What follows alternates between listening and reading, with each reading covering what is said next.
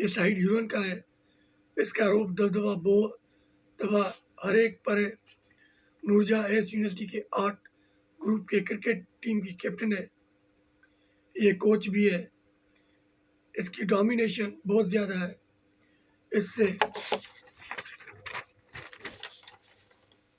لڑکے لڑکیاں administration department professors vice chancellor سب نورجہاں سے آنکھ بچا کر چلتے ہیں بلکہ ڈرتے ہیں. نورجہاں کا رومانس وسیم سے ہوتا ہے. وسیم ایک پارٹی کا اسٹوڈنٹ ونگ کا صدر ہے. یہ اکثر نورجہاں سے پٹتا ہے.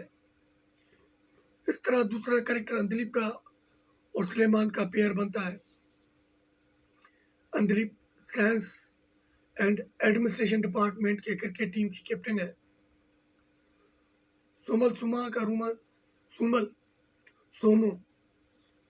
کا رومانس جمشید جیمی کے ساتھ بڑھنے لگتا ہے.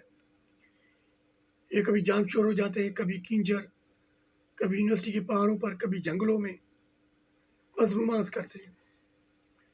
سومو اس تھوڑے سے عرصے میں محسوس کرنے لگتی ہے اب جیمی اور اس کی شادی ہو جانی چاہیے. اس کو جیمی سے شادی کر لینی چاہیے. لہٰذا سومو جیمی کو شادی کے لیے کنونس کرتی ہے. دونوں گھرانوں کے والدین کو یہ رشتہ کسی بھی صورت میں پسند نہیں. جیمی کا والد وڈیرا شمشیر تو اس شادی کے بہت خلاف ہوتا ہے.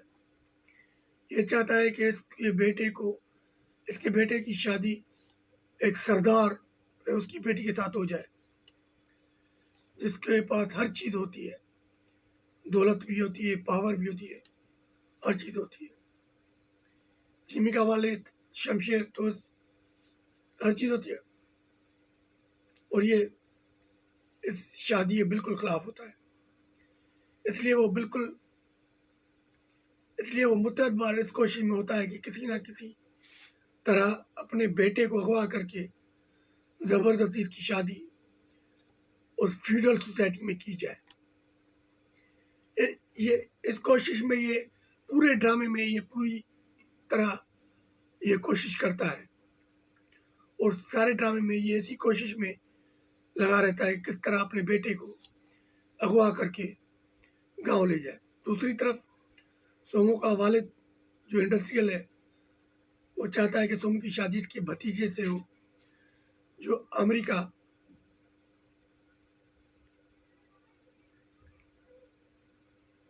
میں ایک بزنس ٹائکون مانا جاتا ہے.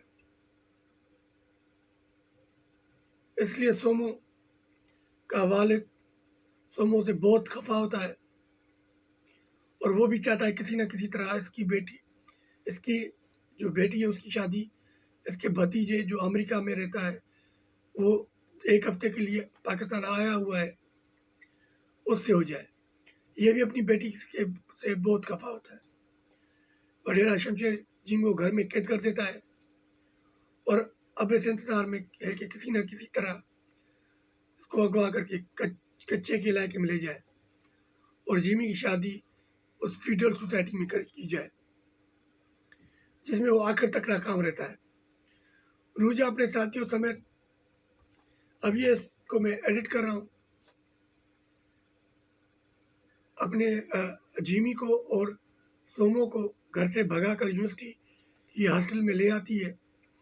اس میں جیمی کی ماں اور سومو کی ماں کا بھی اہم کردار ہے جو اپنے جیمی کی ماں جیمی کو اور سومو کی ماں سومو کو گھر سے بھگانے میں مدد کرتی ہے, جو اپنے بیٹوں سے بہت پیار کرتے ہیں. یہ سارا منظر ایک دلچسپ لائٹر موڈ میں ہوتا ہے. گھروں سے اغوا کا منظر انتہائی دلچسپ رومانٹک ہنسی مذاق سے بھرپور ہے لیکن سیریس نوٹ پر ہے, سیریس ٹچز میں.